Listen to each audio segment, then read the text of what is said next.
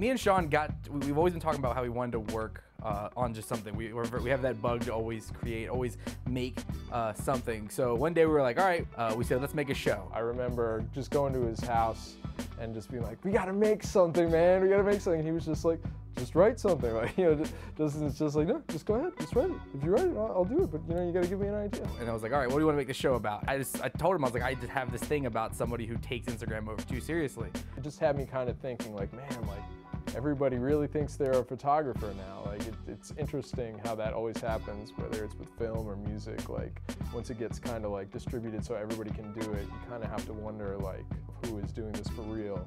And that was kind of the gist. And then Sean then takes these little ideas, goes home, and starts just writing. Now, when Sean starts writing, it becomes, like he said, it's very personal to him. These are personal experiences.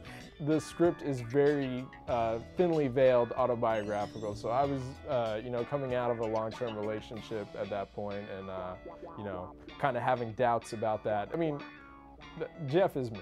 It is a fantastic story that he started to create, and he can write funnies very well. Now, occasionally, of course, as I'm reading it, I'll throw in, well, won't this be funny, and won't that be funny? And sometimes he says yes, and sometimes he says no, and I force my yeses.